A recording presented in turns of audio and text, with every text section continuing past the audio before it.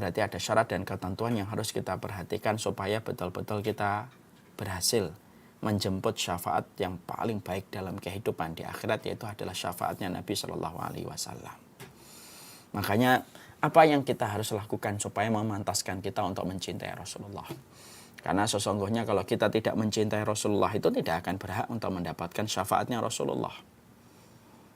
Dan orang yang paling berbahagia itu setelah mereka beriman kepada Allah, mengucapkan la ilaha illallah, ikhlas di dalam hatinya, lalu dia betul-betul mencintai Rasulullah. Itulah orang yang paling beruntung dengan syafaatnya Rasulullah.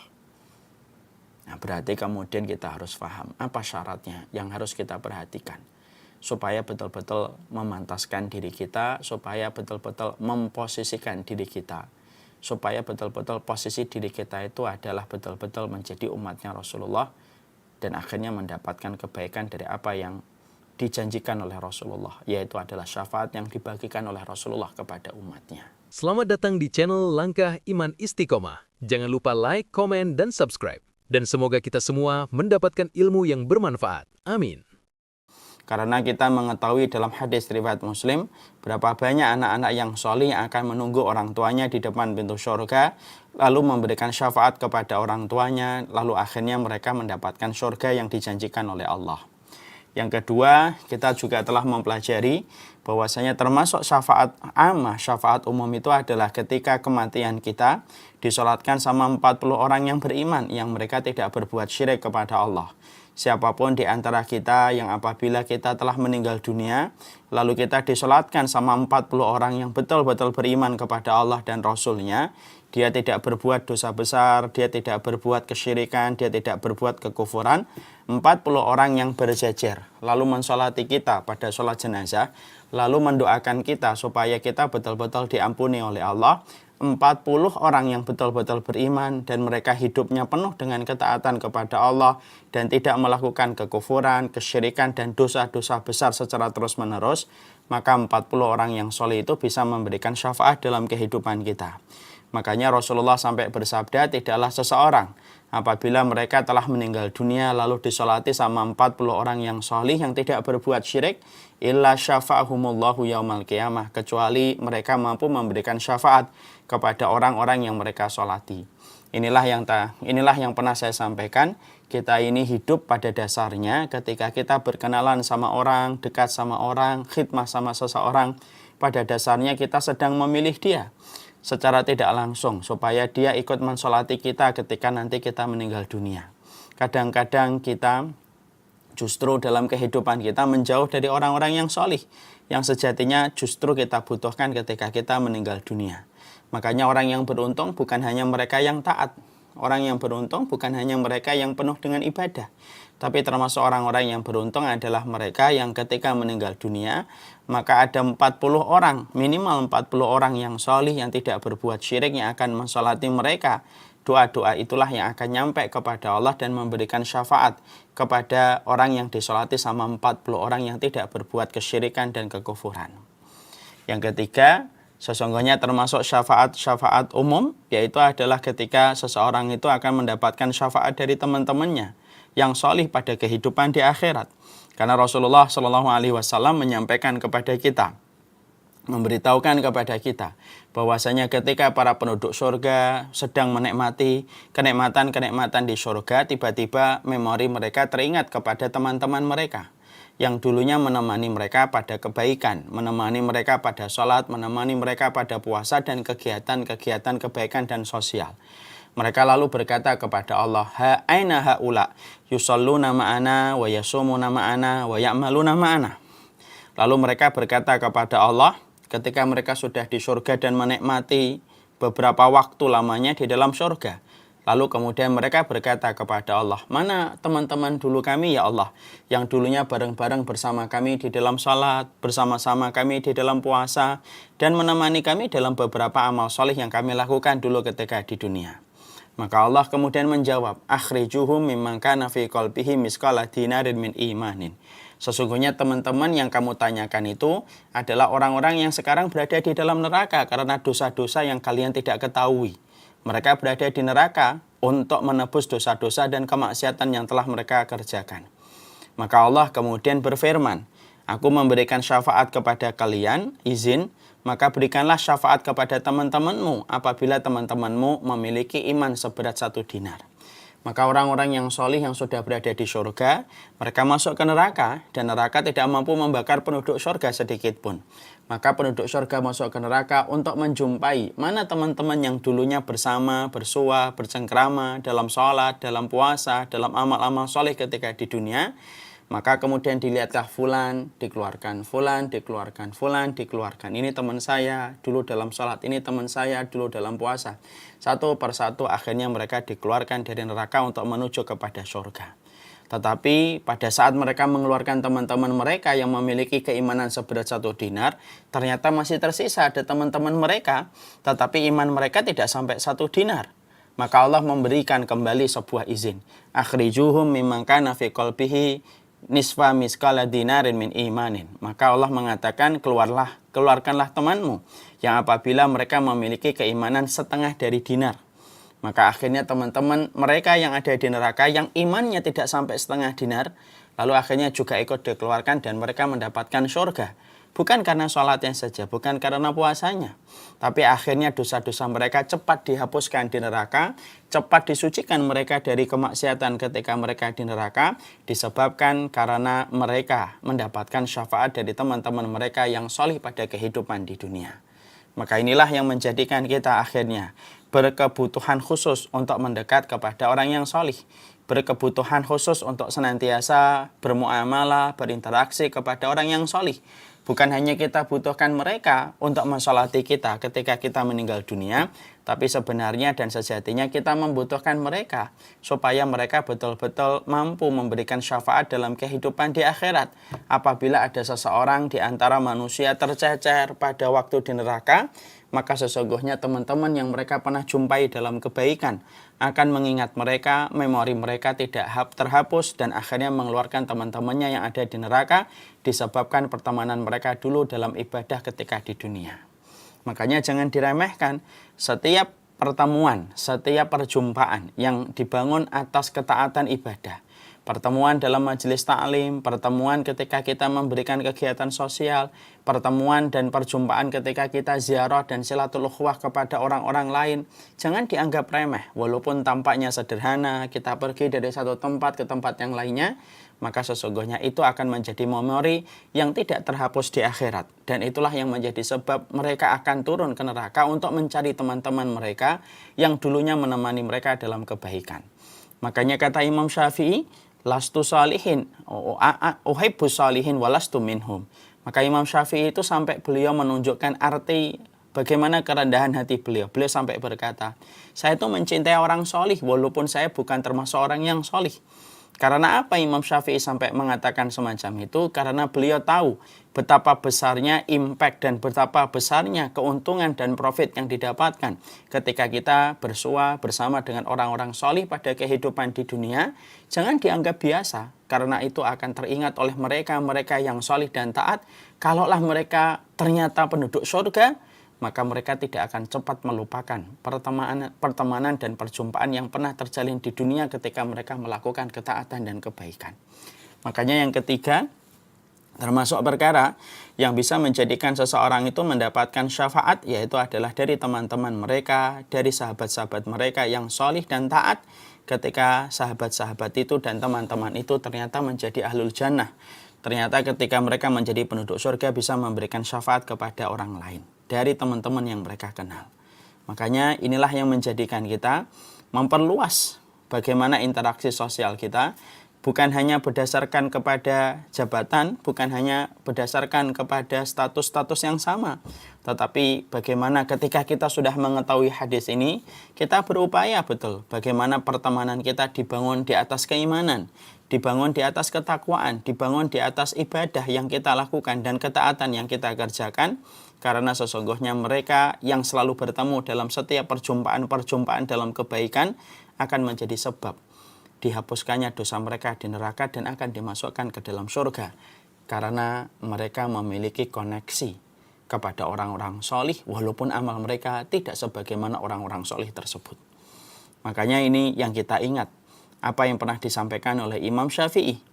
Uhibbus shalihin walastu minhum. Saya ini cinta sama orang solih, walaupun saya tidak termasuk orang-orang yang solih.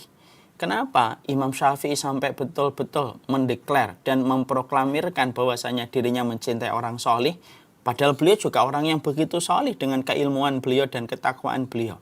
Imam Syafi'i secara tidak langsung mengajarkan kepada kita, jangan remehkan pertemanan dengan orang solih. Karena bisa jadi ketika sholat kita tidak diterima. Karena bisa jadi ketika puasa kita mungkin banyak tertolak. Maka pertemanan dengan orang solih itu akan memberikan manfaat dalam kehidupan di akhirat. Dan itulah yang menjadikan kita memahami syafaat yang ketiga, syafaat yang didapatkan dari teman-teman yang solih yang ada di sekitar kita. Yang keempat yang sudah kita bahas, termasuk perkara yang bisa memberikan syafaat dalam kehidupan kita, yaitu adalah ketika seseorang itu meninggal di kota Madinah. Karena sesungguhnya Rasulullah SAW bersabda, "Man istata'a minkum ayyamuta bil Madinati falyamut fiha." Barang siapa di antara kalian yang mampu untuk meninggal di kota Madinah, merencanakan, memplanning, lalu betul-betul dia meninggal di kota Madinah, maka sesungguhnya berbahagialah. Karena orang yang meninggal di kota Madinah, orang yang meninggal di kota Mekah, sesungguhnya Rasulullah memberikan garansi. Rasulullah memberikan jaminan. Fa inni ashfa'u lakum yaumal qiyamah. Akulah yang akan berdiri memberikan syafaat kepada kalian bagi mereka yang meninggal di kota Madinah.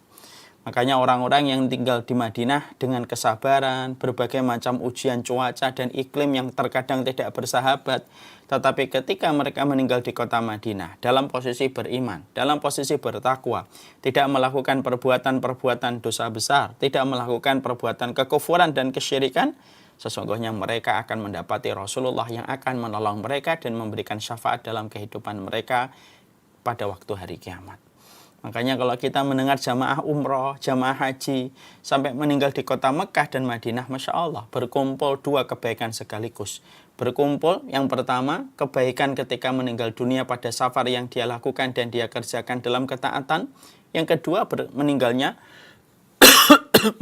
di tanah yang paling Allah cintai. Meninggalnya di tanah yang Allah ridhai, yaitu adalah tanah Madinah, di mana Rasulullah akan memberikan syafaat kepada mereka pada waktu hari kiamat. Kemudian yang kelima, termasuk perkara yang bisa memberikan syafaat kepada kita, yaitu adalah orang-orang yang berinteraksi dengan Al-Quran. Orang-orang yang sering membaca Al-Baqarah, orang-orang yang membaca Ali Imran, orang-orang yang senantiasa membaca surat Al-Mulk, adalah orang-orang yang besar akan mendapatkan syafaat dari 3 surat tersebut. Karena Quran secara umum memberikan syafaat. Karena sesungguhnya Rasulullah mengatakan, bacalah Quran. Fa innal Qur'ana syafi'an li ahlihi. Karena sesungguhnya Quran itu memberikan syafaat bagi mereka yang membacanya. Secara umum, Quran yang kita baca, Quran yang kita lazimi akan memberikan syafaat dalam kehidupan di akhirat kelak nanti. Karena sesungguhnya Quran itu mengenali setiap manusia. Siapa yang sering membacanya dan siapa yang tidak sering membacanya. Quran itu akan mengenali satu persatu di pengadilan Allah. Fulan ini melazimiku, fulan ini tidak melazimiku, fulan ini membacaku, fulan ini tidak membacaku. Maka sesungguhnya Quran akan mengenali setiap manusia ketika disidang oleh Allah. Dan siapapun yang mereka senantiasa melazimi membaca Al-Quran, maka sesungguhnya dia akan mendapatkan syafaat dari Quran. Secara umum, Quran itu memberikan syafaat. Maka selain secara umum ada beberapa surat yang memiliki keutamaan yang besar yang betul-betul khusus bisa memberikan syafaat. Al-Baqarah itu memberikan syafaat yang besar. Ali Imran, dia memberikan syafaat. Makanya Rasulullah pada satu riwayat yang sahih menerangkan sesungguhnya surat Al-Baqarah, sesungguhnya surat Ali Imran, kelak pada waktu hari kiamat sebagaimana mendung yang akan memberikan perlindungan dan rasa adem kepada orang yang senantiasa melazimi surat Al-Baqarah dan surat Ali Imran. Karena keutamaan yang besar. Termasuk di dalamnya surat Al-Mulk yang berjumlah 30 ayat yang apabila kita baca setiap malam sebelum kita memejamkan mata, maka itulah perkara yang sejatinya memberikan keringanan, akan mencukupi sesuatu yang kurang dari amal ibadah kita, supaya kemudian orang-orang yang melazimi surat-surat tersebut akan mendapatkan syafaat dari apa yang dia baca dan apa yang dia lazimi dalam kehidupan di dunia. Makanya kalau ada yang bertanya sama saya, Ustadz, boleh nggak kita melazimi beberapa surat yang memiliki keutamaan? Di mana ketika melazimi surat-surat yang memiliki keutamaan lebih banyak interaksinya daripada surat-surat yang lain? Boleh. Bolehkah kita banyak membaca surat Al-Baqarah dan Ali Imran lebih daripada membaca surat Al-Maidah, An-Nisa, Al-A'raf, boleh. Karena kita tahu bahwasanya keutamaan yang dimiliki pada surat-surat itu sangatlah besar. Dan kita melazimi dengan sebuah niatan, bagaimana kita mendapatkan keridhaan Allah dari setiap huruf yang kita baca. Yang kedua, salah satunya supaya kita mendapatkan syafaat dari surat-surat tersebut ketika kita mengetahui keutamaan dan mengetahui kandungan yang terkandung pada surat-surat itu. Sekali lagi 3 surat. Al-Baqarah, Ali Imran, dan kemudian surat Al-Mulk. Surat yang disebutkan oleh Nabi di dalam sabda yang sahih, 3 surat ini berpotensi besar untuk memberikan syafaat kepada setiap orang yang membacanya. Kalau ada orang yang melazimi Quran seluruhnya Ustadz dan tidak melazimi 3 surat itu, apakah juga berkemungkinan besar mendapatkan syafaat? Ya, dia pun juga akan mendapatkan syafaat. Kalau dia betul-betul membaca Al-Quran secara keseluruhan dan menjadi sebuah aktivitas yang dia lakukan dan dia kerjakan. Dan itulah yang menjadikan kita memahami, itulah yang menjadikan kita mengerti. Sesungguhnya Quran bukan hanya kita harapkan setiap hurufnya. Ketika Rasulullah mengatakan setiap hurufnya itu asyra ayat, setiap hurufnya itu asyra hasanatin. Setiap hurufnya itu adalah 10 kebaikan. Tapi sejatinya bahwasanya surat-surat itu akan menaikkan derajat kita di hadapan Allah. Dan sesungguhnya surat itu akan melengkapi. Kalau ada yang kurang pada ibadah-ibadah yang kita lakukan, 3 surat itu akan menutupi kekurangan pada ibadah-ibadah yang kurang dan memberikan derajat kita supaya dinaikkan oleh Allah dan dipantaskan seseorang itu memasuki surganya Allah. Makanya tidak main-main ketika kita mendapati surat Al-Baqarah, surat Ali Imran, dan surat Al-Mulk. Kemudian yang keenam, termasuk di antara perkara syafaat yang betul-betul besar pada kehidupan kita, yaitu adalah mereka yang senantiasa, yang keenam ini adalah mereka yang senantiasa berjihad ketika dia meninggal di dalam jihadnya. Sebagaimana yang kita telah terangkan, sesungguhnya orang-orang yang mereka berjihad itu mendapatkan banyak keutamaan. Keutamaan adalah dia tidak merasakan sakaratul maut, lalu dia akan diberikan kenikmatan di dalam kuburnya, lalu diberikan keamanan ketika dia dibangkitkan di alam mahsyarnya dan tidak merasakan ketakutan. Dia melihat tempat bangkunya di dalam surga, dia langsung melihat mana tempatnya di surga itu langsung kelihatan ketika dia meninggal dalam kondisi mati syahid. Kemudian dia juga akan mendapatkan bidadari yang Allah akan nikahkan dengan dia sebagai bentuk balasan dari Allah atas khidmahnya ketika dia mengorbankan darahnya membela kalimat Allah. Dan termasuk salah satunya, dia bisa memberikan syafaat kepada 70 dari keluarganya. Maka sesungguhnya 70 keluarganya itu akan mendapatkan syafaat dari apa yang dia lakukan ketika dia senantiasa berjihad sampai meninggal di jalan Allah, dan betul-betul meninggalnya itu karena membela kalimat Allah. Makanya kalau kita lihat di Palestina gitu, ada satu keluarga, misalkan ada satu orang meninggal dunia ketika dia ditembak sama Israel, itu pada dasarnya yang paling bahagia itu adalah keluarganya. Karena sesungguhnya keluarganya akan mendapatkan syafaat dari mereka yang meninggal dunia membela kalimat Allah dan niatnya betul-betul menegakkan kalimat Allah. Makanya Masya Allah ya, saya pernah mendapati sebuah kisah ibu-ibu. Ada sebuah kisah yang cukup menggetarkan hati kita. Ada salah satu ibu-ibu di Palestina itu memiliki anak cuma satu. Anaknya ditangkap sama pemerintah Israel. Dia berada di penjara, diputuskan tanpa proses pengadilan. Sang ibu ini menunggu lama sang anak supaya dibebaskan, dan pada satu waktu diketok pintu rumahnya. Dan ternyata ketika diketok pintu rumahnya, kaget ternyata yang mengetoknya adalah tentara penjajah Israel. Lalu dikabarkan kepadanya bahwasanya anaknya mati di penjara dan akan dikuburkan secara rahasia oleh pemerintah Israel. Masya Allah. Ibu ini kita bisa bayangkan ya, bagaimana yang difikirkan oleh seorang wanita, ditinggalkan mati anak itu bagaikan disayat separuh tubuhnya pergi bersama dengan hilangnya sang anak. Ibu ini sempat nangis, lalu kemudian setelah agak reda tangisannya, dia pergi ke dalam, membuka sebuah tabungan yang dia miliki, di mana tabungan itu sebenarnya memiliki banyak rencana bersama anaknya. Tapi anaknya ketika sudah meninggal dunia, diambil semua tabungannya. Lalu dia pergi ke pasar, dia beli beberapa bahan-bahan yang mahal, sesuai dengan uang banyak yang dia miliki ketika dia memiliki tabungan tersebut. Pulang dia masak dengan makanan-makanan yang lezat gitu, dibagikan kepada tetangga-tetangganya. Tetangga-tetangganya merasa takzim, merasa kagum karena mereka tahu ibu ini baru saja kehilangan sang anak. Ketika mereka mendapatkan makanan yang begitu banyak, mereka bertanya kepada ibu ini, "Wahai ibu, kenapa engkau memberikan kami makanan yang selezat ini pada hari ketika meninggal anakmu di penjara?" Maka sang ibu berkata, "Lalu apa yang aku khawatirkan? Anakku meninggal dunia di tangan kaum yang dibenci oleh Allah. Semoga itu adalah kematian mati syahid dan berarti saya sudah mendapatkan insya Allah salah satu di antara syafaatnya." Nah, inilah yang menjadikan kita memahami salah satu di antara keberuntungan, yaitu adalah ketika ada salah satu di antara saudara-saudara kita ataupun anak-anak kita, kemudian mereka membela kalimat Allah di tempat-tempat yang syar'i seperti kayak Palestina, lalu kemudian mereka terbunuh, maka sesungguhnya kita akan mendapatkan keutamaan pahalanya, salah satunya syafaat mereka supaya memasukkan kita ke surga.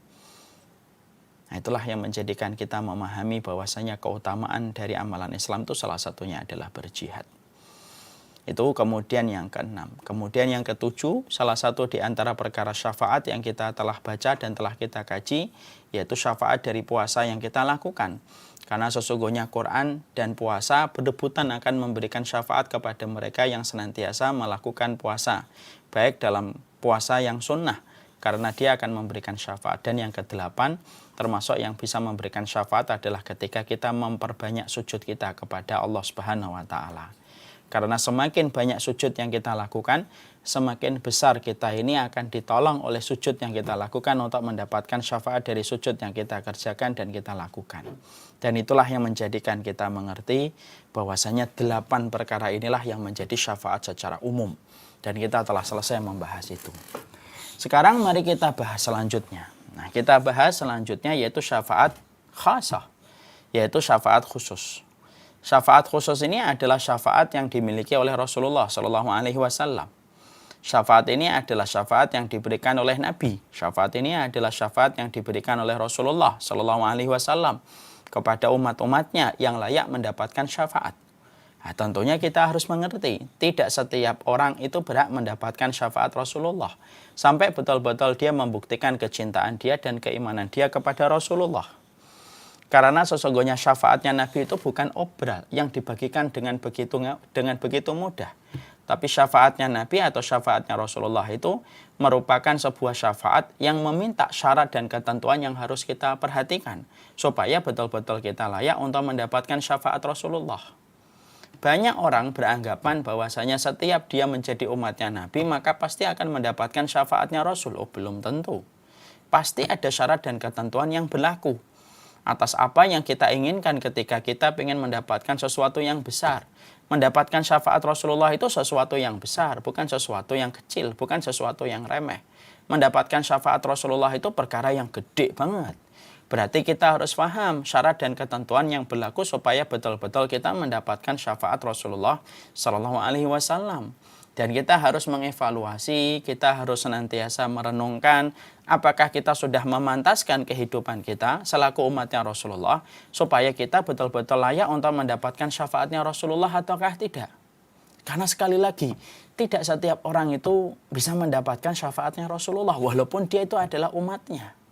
Walaupun dia adalah orang yang hidup setelah Rasulullah wafat. Yang secara histori dia memang umatnya Nabi. Karena dia adalah muslim dan hidupnya setelah Rasulullah. Berarti secara historis dia itu umatnya Nabi. Tapi apakah setiap umatnya Nabi akan mendapatkan syafaat? Oh, tentunya tidak. Tidak setiap umatnya Nabi itu akan mendapatkan syafaat sampai dia betul-betul memiliki syarat dan ketentuan yang berlaku. Dan inilah perkara yang kita harus pahami supaya betul-betul kita selaku umatnya Nabi memantaskan diri kita sebagai umatnya Nabi. Karena termasuk salah satu di antara orang yang diharamkan untuk mendapatkan syafaatnya Rasulullah itu siapa? Orang munafik. Orang munafik itu bisa jadi secara historis dia itu umatnya Nabi. Karena dia hidupnya setelah Rasulullah SAW dan secara zahir dia mengaku muslim. Tapi orang munafik itu kerjaannya di dalam hatinya, di dalam jiwanya, dia benci betul. Dia benci betul kepada syariatnya Nabi, dia mendustakan apa yang disampaikan oleh Rasulullah. Dia membenci syariat yang disampaikan Nabi, mengkritik tentang apa yang disampaikan Rasulullah. Maka orang-orang munafik yang hatinya benci kepada apa yang disampaikan oleh Rasulullah, walaupun mengaku dirinya muslim, dia tidak akan mendapatkan syafaat dari Rasulullah. Makanya pada surat Al-Munafikun sampai kita mendapati sebuah ayat, sawaun alaihim astaghfarta lahum am lam tastaghfir lahum fala yaghfirallahu lahum. Makanya Allah menerangkan pada ayat yang keempat, ayat yang kelima pada surat Al-Munafikun. Ketika ada seorang tokoh munafik yang bernama Abdullah bin Ubay. Ada nggak orang munafik pada zaman Rasulullah? Ada. Namanya siapa? Abdullah bin Ubay. Dia mengaku dirinya muslim. Dia hidup melihat Rasulullah. Bahkan rumahnya tidak jauh dari rumahnya Rasulullah. Tapi dia itu benci sama Rasulullah. Walaupun secara fisik kalau ketemu Nabi itu selalu senyum. Dan selalu berkata, inna kala Rasulullah. Engkau ini Rasul.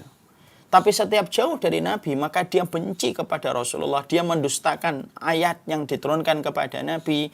Dia mendustakan sabda hadis yang disampaikan oleh Rasulullah. Inilah seorang tokoh munafik besar yang disebut dengan Abdullah bin Ubay bin Salul. Abdullah bin Ubay. Masya Allah.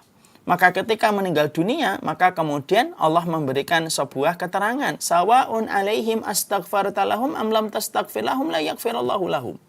Wahai Muhammad, apakah kamu memintakan ampunan kepada dia atau tidak memintakan ampunan? Mereka tidak akan diampuni oleh Allah. Sesungguhnya Allah tidak pernah memberikan petunjuk kepada orang yang fasik, orang munafik.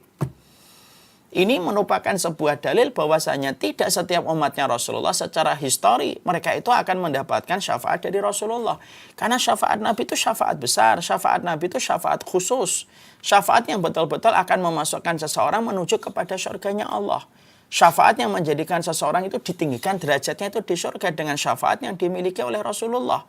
Karena Rasulullah itu orang yang paling besar mendapatkan kesempatan untuk membagikan syafaat. Makanya Nabi itu menyembunyikan doanya di dunia dan tidak meminta kepada Allah di dunia supaya bisa memanfaatkan permintaannya di akhirat. Dan permintaan Nabi yang akhirnya dipakai di akhirat itu apa? Yaitu permintaan Nabi ketika Nabi bisa memberikan syafaat kepada umatnya.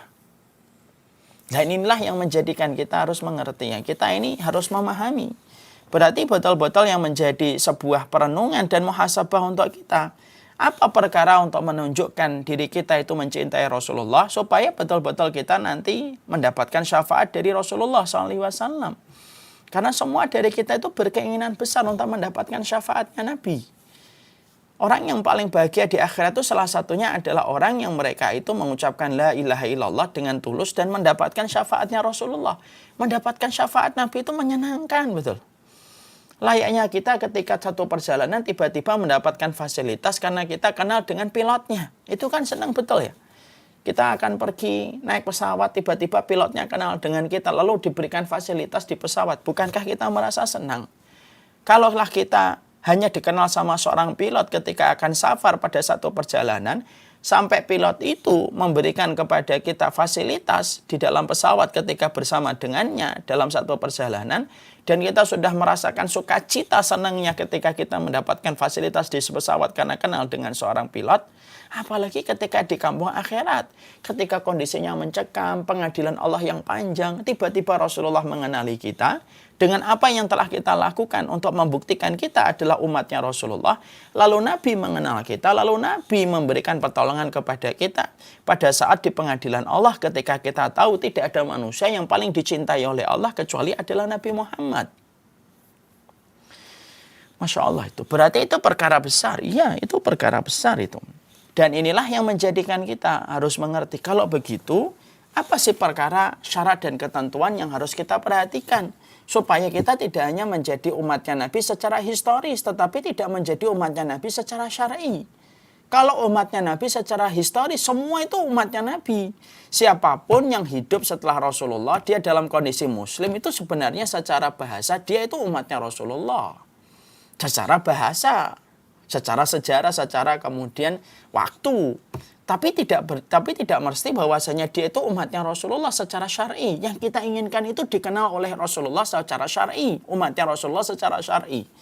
Berarti kalau betul-betul kita ingin menjadi umatnya Rasulullah secara syar'i, Berarti ada syarat dan ketentuan yang harus kita perhatikan supaya betul-betul kita berhasil menjemput syafaat yang paling baik dalam kehidupan di akhirat, yaitu adalah syafaatnya Nabi Shallallahu Alaihi Wasallam. Makanya apa yang kita harus lakukan supaya memantaskan kita untuk mencintai Rasulullah? Karena sesungguhnya kalau kita tidak mencintai Rasulullah itu tidak akan berhak untuk mendapatkan syafaatnya Rasulullah. Dan orang yang paling berbahagia itu setelah mereka beriman kepada Allah, mengucapkan la ilaha illallah, ikhlas dari dalam hatinya, lalu dia betul-betul mencintai Rasulullah. Itulah orang yang paling beruntung dengan syafaatnya Rasulullah. Nah, berarti kemudian kita harus paham apa syaratnya yang harus kita perhatikan supaya betul-betul memantaskan diri kita, supaya betul-betul memposisikan diri kita, supaya betul-betul posisi diri kita itu adalah betul-betul menjadi umatnya Rasulullah dan akhirnya mendapatkan kebaikan dari apa yang dijanjikan oleh Rasulullah, yaitu adalah syafaat yang dibagikan oleh Rasulullah kepada umatnya. Ini menjadi sangat penting sekali di tengah berbagai macam tidak berkualitasnya ibadah kita, di tengah berbagai macam kekurangan kita di dalam ketaatan, di tengah berbagai macam keterbatasan kita dalam ibadah. Dan kita sangat memerlukan syafaatnya Nabi, karena syafaatnya Rasulullah itu lebih besar daripada syafaat-syafaat yang tadi saya terangkan. Lebih besar daripada syafaatnya anak, lebih besar daripada syafaatnya sujud, lebih besar daripada syafaatnya teman-teman kita yang soleh, lebih besar daripada syafaatnya orang-orang yang disolati 40 jenazah. Tetap syafaatnya Nabi lebih besar daripada semua syafaat yang tadi kita terangkan. Berarti kita ini sangat memerlukan syafaatnya Nabi, kita sangat berhajat besar kepada syafaatnya Rasulullah Sallallahu Alaihi Wasallam. Dan itulah yang menjadikan kita harus bertanya, apa syarat dan ketentuan yang kita harus mengerti ketika kita mencintai Nabi, supaya cinta kita itu cinta yang benar, supaya kita layak mendapatkan syafaatnya Rasulullah. Para ulama lalu menerangkan kepada kita banyak syarat dan ketentuan yang harus diperhatikan ketika orang itu mengaku mencintai Rasulullah Sallallahu Alaihi Wasallam. Yang mana ketika ketentuan-ketentuan ini diperhatikan ketika dia mencintai Rasulullah, maka itulah yang akan menjadikan dia menjadi orang yang bahagia, menjemput kehidupan syafaat pada waktu di akhirat kelak nanti, ketika dia akan menjumpai Rasulullah Sallallahu Alaihi Wasallam. Nah, inilah yang menjadikan kita, inilah yang memberikan kepada kita sebuah faedah. Kita harus belajar kalau gitu. Apa sih perkara yang harus saya lakukan untuk membuktikan cinta saya kepada Rasulullah? Nah, tentunya ibu dan para ummahat tentunya paham dan tentunya mengerti. Mencintai Nabi itu tidak gampang.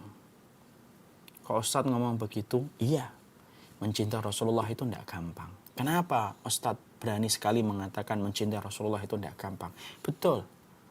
Karena kita mencintai orang yang belum pernah kita lihat dengan mata kepala kita sendiri. Kalau kita mencintai istri kita lebih gampang, orangnya kelihatan. Bagaimana tindak tanduk dan perbuatan yang dia kerjakan menjadikan kita bisa mudah mencintainya. Mencintai suami kita lebih mudah. Mencintai suami kita lebih mudah karena orangnya kelihatan. Wibawanya, tanggung jawabnya, perilakunya. Setiap sesuai dengan kehendak hati kita, tentunya kita bertambah sayang dan bertambah cintanya kita kepada suami. Tapi mencintai Nabi itu kan sulit, karena cinta itu dari mata turun ke hati. Makanya Masya Allah mencintai Rasulullah itu tidak mudah. Makanya sampai setingkat Umar bin Khattab radhiyallahu anhu, beliau pernah salah mendefinisikan cintanya kepada Rasulullah. Ketika Rasulullah bertanya kepada Umar bin Khattab, wahai Umar, bagaimana posisi aku di dalam hatimu? Lalu Umar berkata, ya Rasulullah, engkau adalah orang yang paling aku cintai setelah aku mencintai diriku sendiri. Maka Rasulullah SAW bersabda, tidak akan sempurna wahai Umar bin Khattab sampai aku lebih dicintai daripada dirinya sendiri dan dicintai daripada orang tuanya dan seluruh manusia yang ada di muka bumi. La yu'minu ahadukum hatta akuna ahabba ilaihi min nafsihi wa waladihi wan nasi ajmain. Tidak akan sempurna iman kamu wahai Umar sampai aku ini dicintai lebih daripada dia mencintai dirinya sendiri, orang tuanya dan seluruh manusia. Maka saat Umar dikoreksi oleh Nabi, langsung Umar berkata, ya Rasulullah, engkau adalah orang yang paling aku cintai melebihi cintaku kepada diriku sendiri dan seluruh manusia. Di situ kita menjumpai dan mendapati, Masya Allah ya, ternyata setingkat Umar bin Khattab itu pernah salah mendefinisikan rasa cintanya beliau kepada Rasulullah. Dan ini memberikan kepada kita sebuah pelajaran besar. Mencintai Nabi itu tidak gampang. Karena cinta kita kepada Nabi itu ada komitmen, ada konsekuensi, dan ada tanggung jawab. Bukankah kita kalau mencintai makhluk biasa aja ada 3 perkara ini? Seorang suami ketika dia mendeklar dirinya cinta kepada istrinya, di situ ada komitmen, di situ ada tanggung jawab, di situ ada konsekuensi yang harus dia pegang ketika mengatakan cinta kepada istrinya. Bukankah ketika ada seorang istri ketika berkata kepada suaminya, di situ ada komitmen, di situ ada konsekuensi, di situ ada tanggung jawab yang harus dia lakukan kepada suaminya untuk membuktikan kata cinta dia kepada suaminya?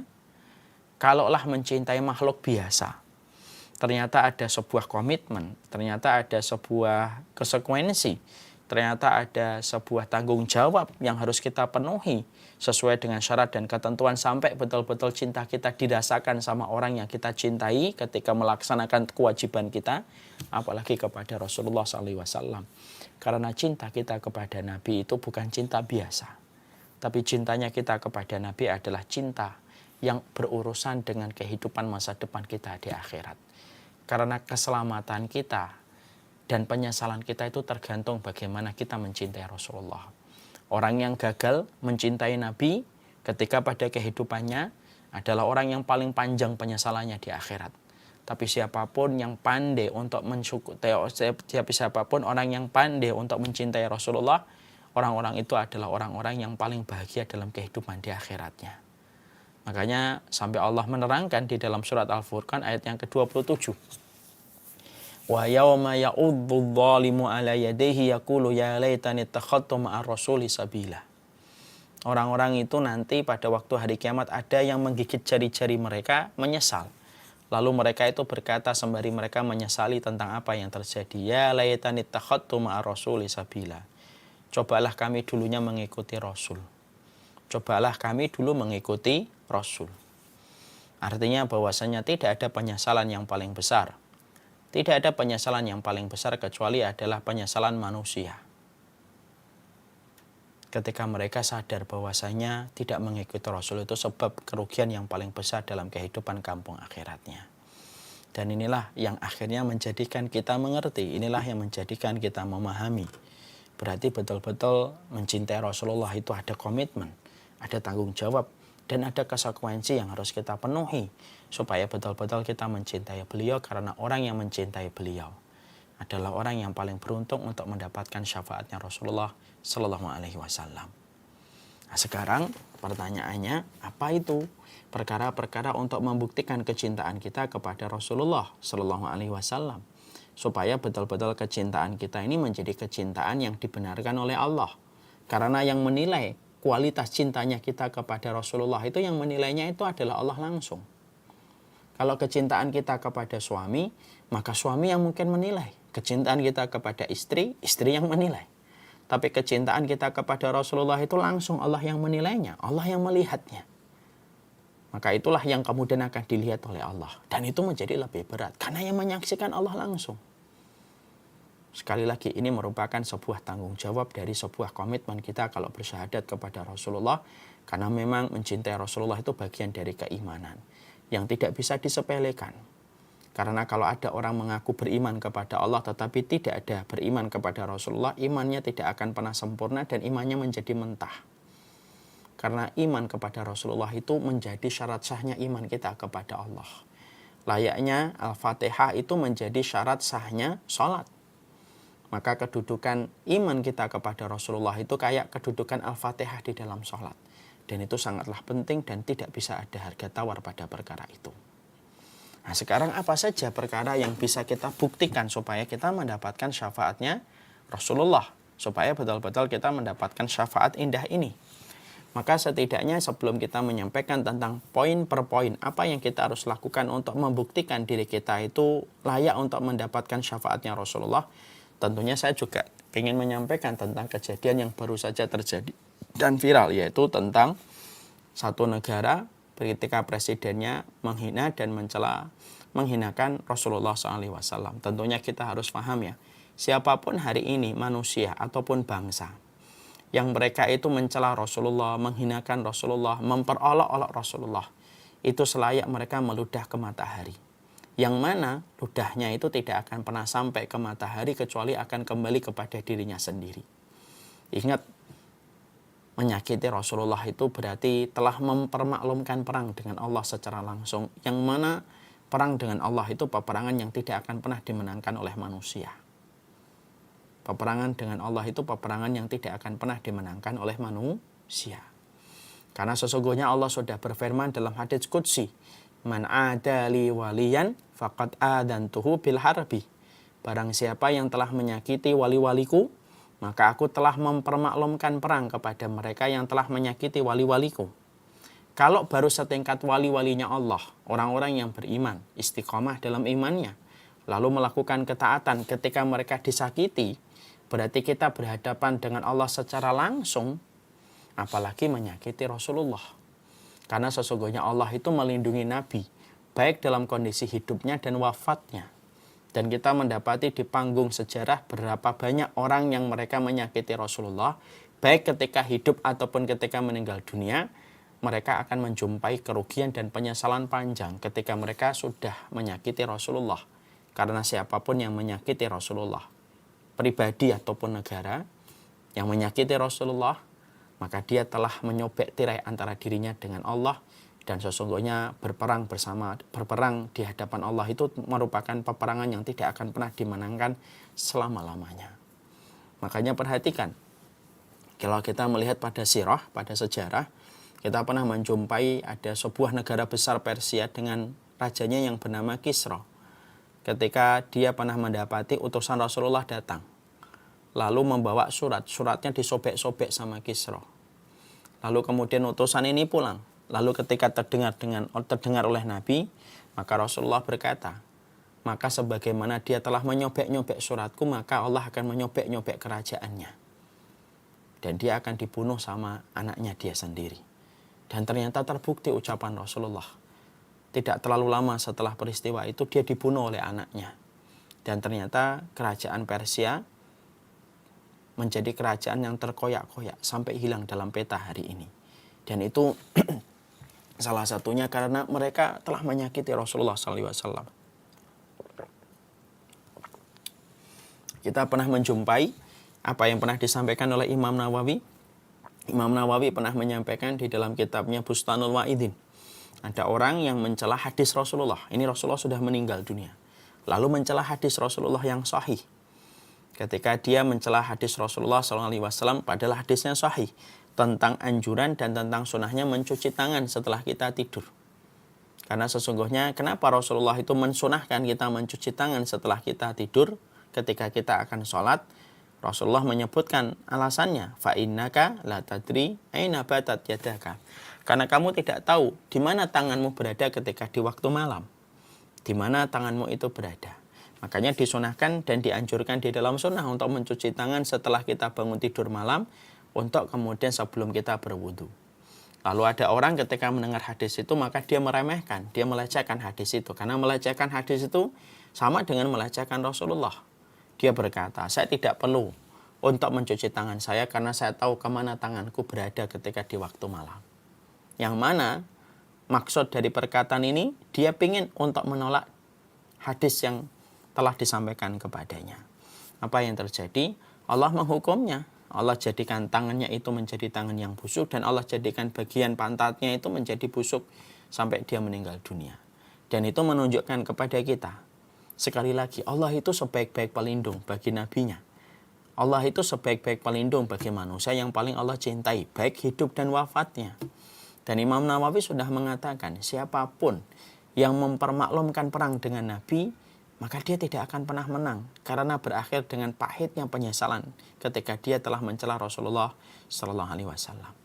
Makanya pernah dalam satu kejadian yang lain kita menjumpai ada seekor anjing pernah mendapati seorang pendeta mencela Rasulullah Sallallahu Alaihi Wasallam, lalu anjing itu menggigit tangan pendeta tersebut. Ketika anjing itu lepas dari ikatan, ketika orang sudah memperingatkan, ini kelihatannya anjing ini menggigit tangan kamu disebabkan karena kamu mencela Nabi ketika kamu mencela Muhammad. Karena umat pada tempat itu mereka umat yang belum muslim. Lalu pendeta itu berkata, "Enggak, sesungguhnya dia menggigit saya karena sesungguhnya dia melihat gerakan tanganku ini mengancam dia. Sudah, ikat lagi aja yang kuat. Jangan sampai dia lepas." Akhirnya pendeta itu melanjutkan kembali untuk mencela Rasulullah Muhammad. Anjing tadi berontak kembali, lebih liar daripada sebelumnya, loncat. Langsung menggigit pendeta itu dan langsung roboh mati. Kejadian itu disaksikan hampir 40.000 orang yang melihat dan mendengar kejadian tersebut. Berbondong-bondong 40.000 orang itu masuk Islam. Dan diterangkan dalam kitab para ulama banyak anjing yang menjaga kehormatan Rasulullah SAW yang menyebabkan 40.000 orang itu masuk Islam. Disinilah kita mendapati, disinilah kita menjumpai bahwasanya siapapun yang mempermaklumkan perang dengan Allah, mempermaklumkan perang dengan Allah tidak akan menang. Dan salah satu sebab dipermaklumkannya perang oleh Allah kepada manusia ketika manusia itu sudah menyakiti Rasulullah. Kalau ada orang hari ini kemudian mereka mencela Rasulullah, maka mereka itu walaupun ketawa itu hanya menunggu waktu yang sebentar. Mereka akan menemukan apa yang Allah akan bayar kontan ketika mereka sampai mencela Rasulullah SAW. Sekali lagi, karena mencela Rasulullah itu ibarat kita meludah kepada matahari. Ludahnya tidak akan sampai kepada matahari, tetapi justru ludahnya itu akan kembali kepada diri kita. Dan inilah yang menjadikan kita memahami, makanya kita harus memahami ini supaya kemudian kita betul-betul menjaga diri kita, mengkondisikan keluarga kita. Jangan sampai kemudian melakukan tindakan yang betul-betul mengundang satu kemurkaan dari Allah, dipermaklumkan perangnya oleh Allah kepada manusia itu ketika manusia sudah menyakiti Rasul dan Nabi-Nya. Sekarang kita bahas apa perkara-perkara yang bisa menjadikan kita untuk memantaskan diri kita mendapatkan syafaatnya Rasulullah. Karena tadi saya sampaikan, tidak setiap umatnya Nabi akan mendapatkan syafaatnya Rasulullah. Karena banyak orang yang menjadi umatnya Nabi secara histori, tetapi tidak menjadi umatnya Nabi secara istilah dan syar'i. Dia menjadi umatnya Nabi secara bahasa, tetapi tidak menjadi umatnya Nabi secara istilah. Ketika dia tidak membuktikan dirinya dengan apa yang memantaskan dirinya untuk mencintai Rasulullah. Ada banyak sekali poin-poinnya, kita bahas satu persatu. Yang pertama, apa perkara yang kemudian menjadikan kita itu membuktikan kecintaan kita kepada Rasulullah? Yang pertama, yaitu adalah ketika seseorang itu cinta kepada Nabi, maka dia memberikan kepatuhan tanpa syarat dan ketaatan tanpa tapi kepada Rasulullah. Makanya ada kata-kata hikmah di antara para ulama, innal muhibba lima yuhibbu muti'un. Orang yang mencintai itu akan kepada orang yang dia cintai itu akan taat. Makanya kalau kita menjumpai hari ini di dalam ibadah kita, di dalam ketaatan kita, maka sesungguhnya di antara ibadah dan di antara komitmen kita mencintai Rasulullah itu adalah bagaimana kita memberikan kepatuhan, memberikan ketaatan kepada apa yang telah disyariatkan oleh Rasulullah, kepada setiap apapun yang telah dilisankan oleh Nabi, kepada apapun yang telah disabdakan oleh Rasulullah Shallallahu Alaihi Wasallam. Karena apapun yang telah disabdakan oleh Rasulullah dan apapun yang telah dilisankan oleh Rasulullah itu menjadi perkara yang wajib bagi kita untuk mentaatinya, memberikan kepatuhan tanpa syarat dan memberikan ketaatan tanpa tapi. Karena sesungguhnya dan sejatinya apa yang disampaikan Rasulullah itu tidak pernah membawa kecuali membawa kebaikan dalam kehidupan kita. Bagaimana bisa orang itu mengatakan mencintai Rasulullah kalau dia menolak apa yang disampaikan oleh Rasulullah? Kalau dia memilih-milih apa yang dikatakan Rasulullah, kalau dia sukai diambil, kalau dia tidak sukai maka dia tolak. Dia menganggap bahwasanya syariatnya Nabi itu bagaikan channel di televisi. Kalau dia cocok dia pertahankan, kalau dia tidak cocok dia tinggalkan. Padahal syariatnya Nabi itu bukan masalah opsional.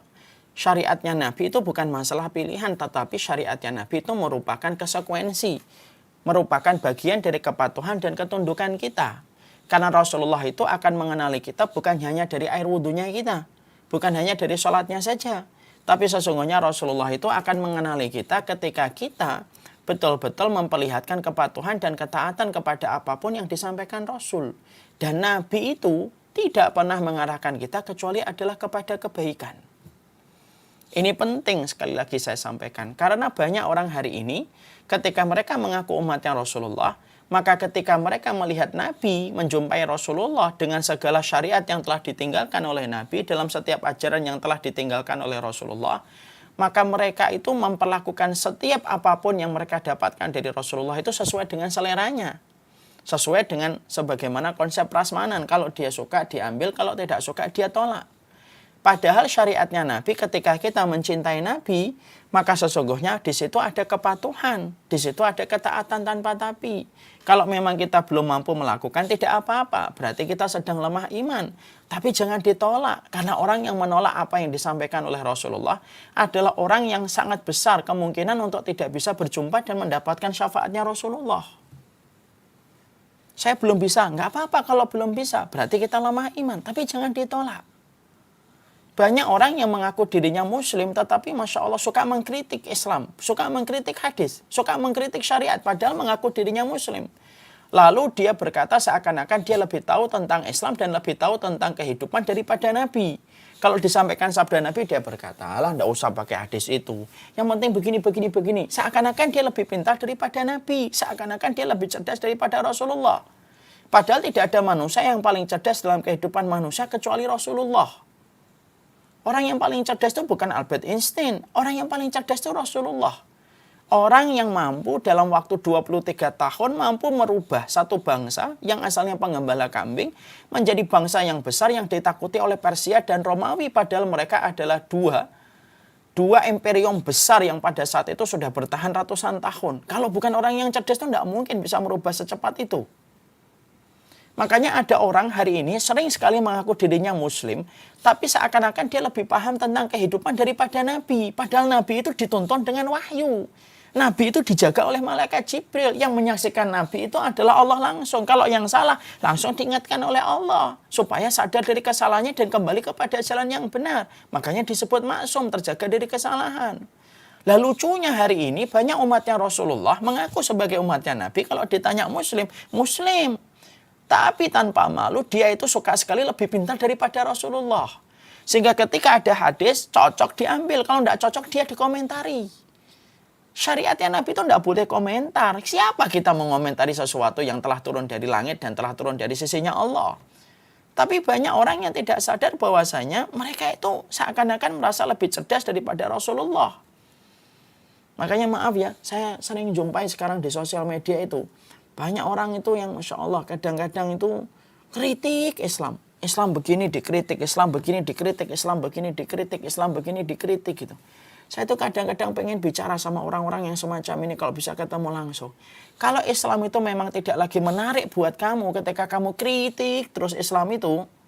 Ketika kamu kritik hadis-hadis Nabi, kalau memang Islam itu memang tidak lagi menarik apa yang disampaikan oleh Rasulullah, sampai kamu merasa mengkritik Nabi dengan hadis-hadisnya, lalu alasan apa kamu itu mempertahankan keislaman kamu? Karena orang-orang yang semacam ini yang mereka itu mengaku dirinya muslim tetapi mengkritik apa yang disampaikan oleh Rasulullah, maka tidak pantas untuk mencintai. Dan tidak akan diakui oleh umatnya Rasulullah. Karena apa? Iman dengan kepatuhan itu bagaikan gula dengan rasa manisnya yang tidak bisa dipisahkan. Kita kalau dapetin butiran putih di atas meja, kita icip-icip, ada manisnya, kita mengatakan itu gula. Kenapa kamu yakin itu gula? Karena kita tahu betul, gula itu pokoknya pada rasa manisnya. Kalau kita temukan butiran putih tidak ada rasa manisnya, kita akan mengatakan itu bukan gula. Sama, iman dan kepatuhan itu ibarat gula dengan rasa manisnya, tidak bisa dipisah. Ya banyak orang hari ini tuh ketika mendapati hadis Nabi, dia lupa kalau dia itu umatnya Nabi. Kalau menjadi followernya Nabi itu ada konsekuensi, ada tanggung jawab, ada komitmen. Yang tadi kita katakan ada 3. Kalau kita mencintai Nabi, menjadi followernya Nabi, maka kemudian ada tanggung jawab, ada komitmen, ada konsekuensi.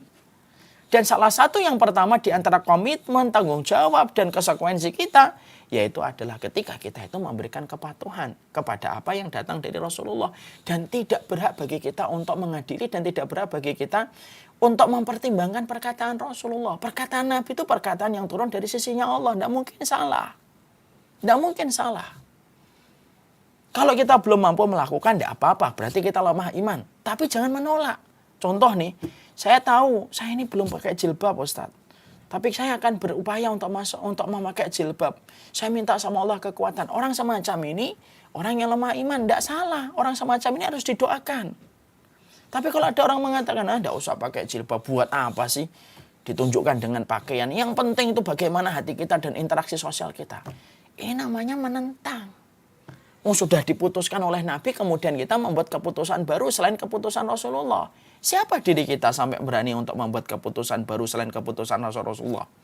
Padahal Rasulullah adalah orang yang paling cerdas pada kehidupan kita.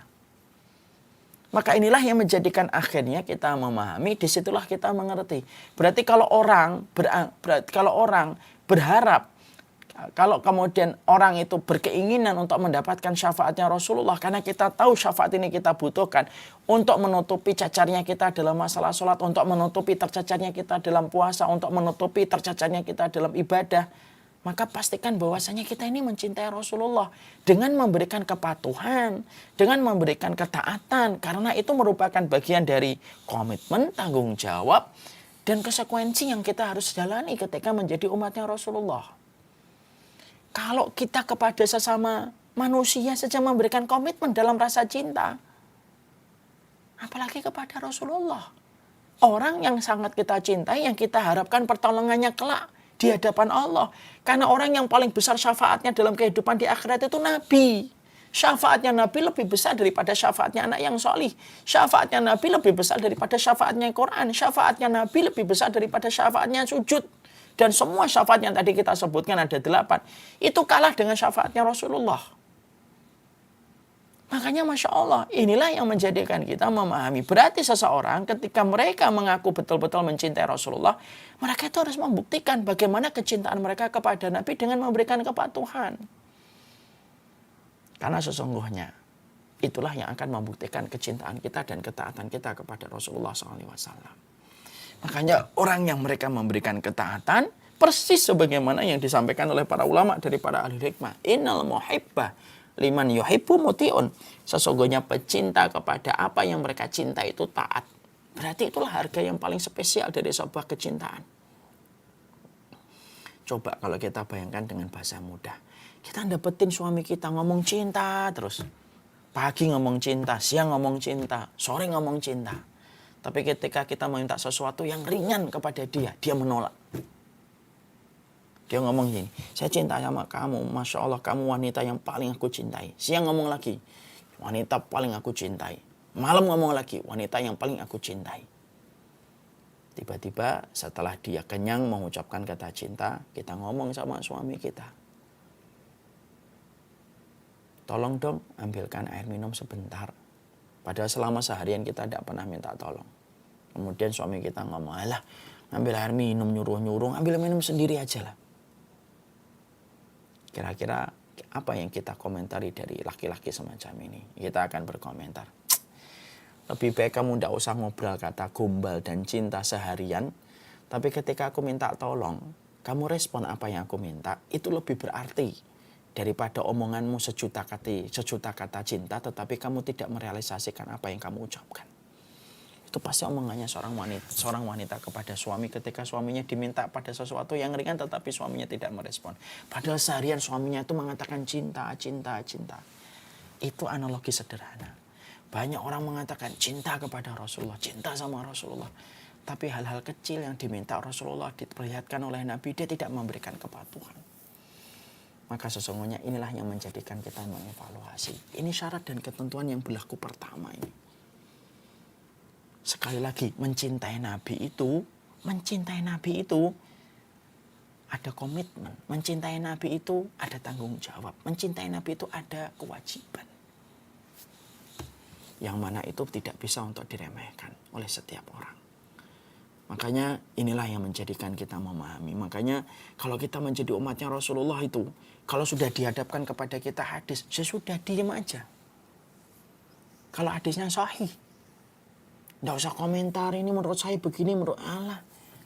Keputusan juri aja tidak mampu diganggu-gugat kok, apalagi keputusannya Allah dan Rasulnya. Kita ngikutin satu perlombaan, juri sudah memutuskan, itu tidak boleh kita mengganggu-gugat. Bukankah itu syarat yang kita harus sepakati kalau kita mengikuti kejuaraan dan perlombaan? Kalau mengikuti perlombaan dalam urusan dunia yang remeh saja, ternyata ada syarat bahwasanya kita tidak boleh mengganggu gugat keputusan juri dalam persoalan perlombaan yang sifatnya kecil dan remeh, apalagi persoalan akhirat. Oh, persoalan akhirat kok maunya semau-maunya kita. Persoalan akhirat itu ada aturannya, ada rule-nya. Yaitu adalah memberikan kepatuhan tanpa syarat, ketaatan tanpa tapi. Kalau memang belum mampu, wajar. Saya belum bisa, Ustadz. Karena saya lemah iman. Tidak apa-apa, orang semacam ini harus didoakan. Orang semacam ini tetap menjadi umatnya Rasulullah. Kalau dia mengakui dirinya memang betul-betul belum mampu. Saya tahu itu wajib, saya tahu ini wajib, tapi saya belum bisa melakukannya. Tidak apa-apa. Tidak apa-apa.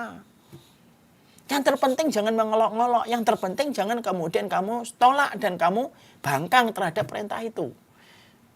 Maka ini yang kita harus paham. Sama nih dengan masalah yang kita jumpai hari ini. Contohnya ada yang kemudian pakai cadar.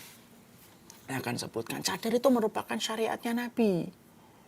Sunnahnya Nabi. Walaupun kedudukannya berbeda. Ada yang mengatakan wajib, ada yang mengatakan sunnah.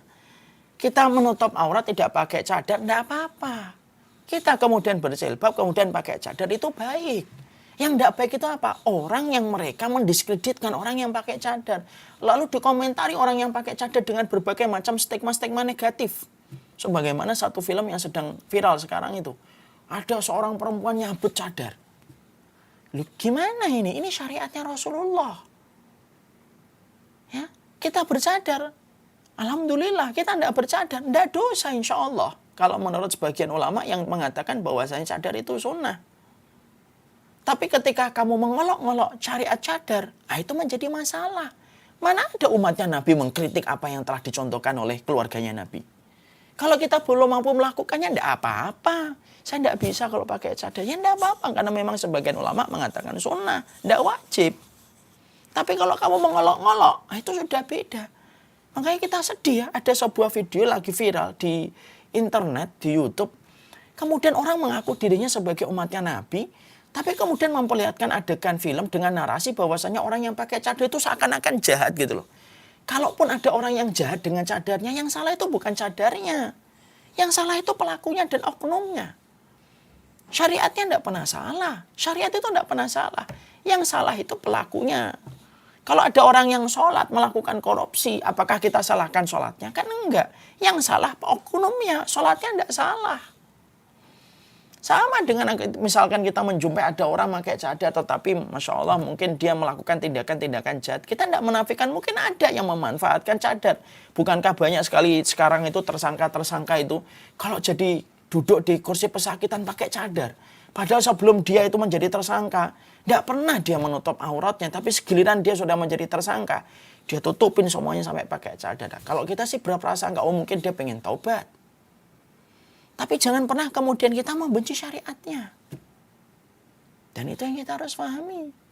Kita belum mampu, ya tidak apa-apa. Tapi jangan menolak. Kenapa? Menolak itu mementahkan cintanya kita kepada Rasulullah. Ada di antara teman-teman kita sekarang belum bisa pakai jilbab.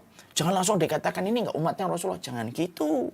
Bisa jadi dia belum mampu. Doakan, didukung, dikuatkan. Ayo mbak, enggak apa-apa mbak. Yang terpenting ada niat dulu. Ya saya ada niat tapi belum bisa sekarang. Enggak apa-apa.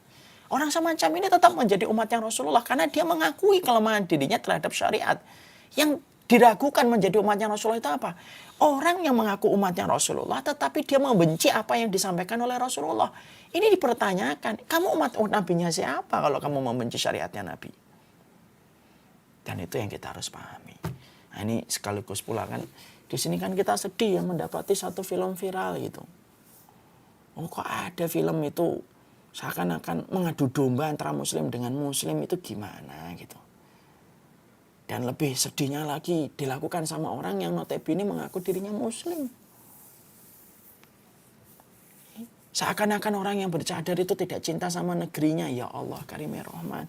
Dapat kesimpulan dari mana sih orang yang kemudian cinta sama syariat itu kemudian tidak cinta sama negerinya? Nah itu yang menjadikan kita harus memahami. Jadi inilah yang menjadikan kita yang kemudian harus memahamkan kepada kita. Kalau kita ingin mendapatkan syafaatnya Nabi, kalau kita ingin mendapatkan syafaatnya Nabi itu harus memperhatikan syarat dan ketentuan yang berlaku. Jangan kemudian kita itu kalau mengaku sebagai umatnya Nabi itu semau-maunya kita. Ya enggak bisa. Wong kita ini kalau sudah mengaku sebagai suaminya, kalau kita sudah mengaku sebagai istrinya fulan, kita ini harus tahu. Oh ternyata istrinya fulan itu begini. Bukankah ibu-ibu ketika dinikahi sama suaminya, ibu-ibu kan harus menempatkan diri kan. Sebagai suaminya, kalau suaminya ada yang presdir, suaminya ada yang komisaris, suaminya kemudian mungkin ada yang begini, kita langsung menempatkan diri. Sesuai dengan kedudukan suami kita kan. Kalau dalam urusan duniawi saja kita harus menempatkan diri dengan orang yang kita cintai ketika dia memiliki jabatan. Apalagi dalam urusan kita di hadapan Allah. Allah alam bisawab. Ini baru yang pertama, tapi sudah hampir setengah 3. Masya Allah, tidak terasa. Berarti Masya Allah waktu berlalu cepat sekali. Berarti kita baru membahas satu di antara syarat-syarat kita untuk mendapatkan syafaatnya Rasulullah. Sekali lagi saya menyampaikan, umatnya Nabi itu ada yang secara historis dan secara istilah syar'i. Siapapun yang hidup setelah Rasulullah, kalau dia mengaku dirinya muslim, maka itu umatnya Rasulullah secara histori. Tapi belum tentu dia umatnya Rasulullah secara istilah syar'i. Nah kita ini harus betul-betul memantaskan diri kita sebagai umatnya Rasulullah secara syar'i. Kenapa itu penting, Ustaz? Karena kita butuh status menjadi umatnya Rasulullah supaya layak mendapatkan syafaatnya Rasulullah Sallallahu Alaihi Wasallam. Maka yang pertama, konsekuensi, tanggung jawab, komitmen ketika menjadi umatnya Rasulullah itu ditunjukkan. Ketika kita betul-betul memperlihatkan komitmen diri kita untuk mencintai Rasulullah dengan kepatuhan dan ketaatan kepada apapun yang telah disampaikan oleh Rasulullah, tidak menolak, tidak mengkritik, tidak merasa lebih tahu dari Nabi, tidak merasa lebih pintar daripada Rasulullah. Sekarang itu Masya Allah orang itu ya bermodal dengan sosial media seakan-akan lebih pintar daripada Nabi, lebih cakep daripada Rasulullah. Dan itulah kita harus berlindung diri dari semua keburukan-keburukan fitnah yang nampak dan tidak nampak. Wallahu a'lam bishawab, ini yang dapat saya sampaikan. Kalau ada waktu-waktu berikutnya nanti kita akan teruskan. Apa sih komitmen kita menjadi umatnya Rasulullah supaya kita betul-betul bisa berharap mendapatkan syafaatnya Rasulullah. Allah alam bisawab, ini yang dapat saya sampaikan. Kita akan lanjutkan dengan tanya jawab karena sudah hampir setengah 3. Mungkin pertanyaannya 1 atau paling banyak 2 saja. Allah alam bisawab.